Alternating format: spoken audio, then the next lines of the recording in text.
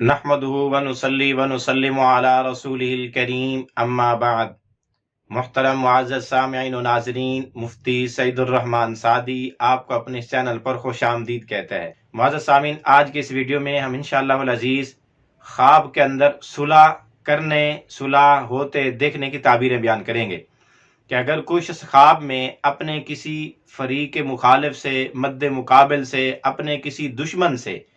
صلح کرتے دیکھے یا اس کو اپنے سے صلح کرتے دیکھے، یا دو مخالفین گروپوں کے درمیان میں صلح ہوتے یا صلح کراتے دیکھے، تو اس کی کیا کیا تعبیریں ہو سکتی ہیں۔ جس شخص نے خواب میں صلح ہوتے دیکھی یا صلح کرتے دیکھی تو اس کی تعبیر یہ ہے کہ خواب دیکھنے والا گناہوں سے توبہ کرے گا،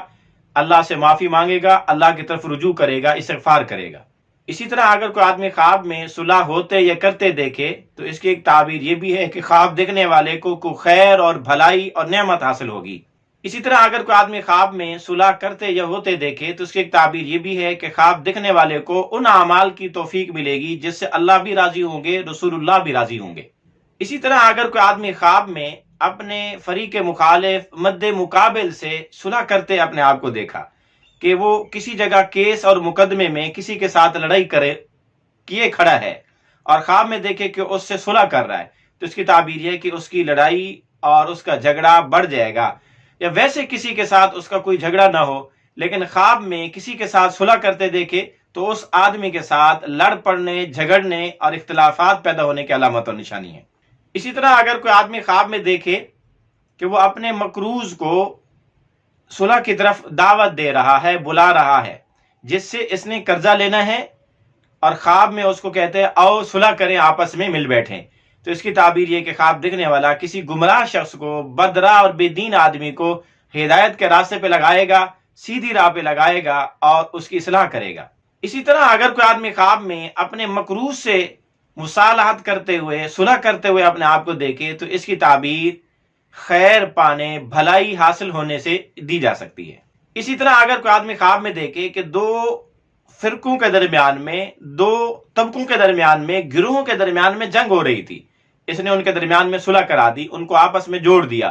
تو اس کی تعبیر یہ کہ خواب دیکھنے والے کو امن و سکون، راحت اور چین نصیب ہوگا۔ اسی طرح اگر کوئی آدمی خواب میں دو گروہوں کے درمیان میں صلح کراتے ہوئے اپنے آپ کو دیکھے، فیصل بنا ہوا ہے، مصالحہ بنا ہوا ہے، مصالحت کرانے کی کوشش کر رہا ہے، تو اس کی تعبیر یہ ہے کہ خواب دیکھنے والا کہیں شادی کا پیغام بھیجے گا،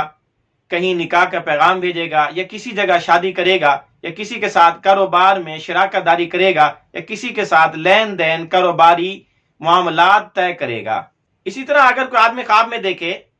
کہ دو گروہوں کے درمیان میں صلح ہو گئی ہے، دو فرقوں کے درمیان میں صلح ہو گئی ہے، یعنی جن کو ریل میں بیداری کے اندر آپس میں ایک دوسرے کا مخالف دیکھتا ہے، اور خواب کے اندر ان دوستوں کو ان کو آپس میں دوست بنا دیکھتا ہے، یعنی وہ دونوں فرقے، دونوں گروہ، دونوں طبقے خواب کے اندر اس کو ملے جلے نظر آتے ہیں، تو اس کی تعبیر یہ ہے کہ فتنوں کا ظہور ہوگا، بدعات عام ہوگی، رسوم و رواجات کی پذیرائی ہوگی اور سنت کی مخالفت کی جائے گی۔ اسی طرح اگر کوئی آدمی خواب میں صلح کرتے ہوئے دیکھے تو اس کی ایک تعبیر یہ بھی ہے کہ خواب دیکھنے والے کی عمر بہت لمبی ہوگی، اللہ پاک اس کو لمبی عمر عطا فرمائیں گے۔ اسی طرح اگر کوئی آدمی خواب میں صلح کرتے یا ہوتے دیکھے تو اس کی ایک تعبیر یہ بھی ہے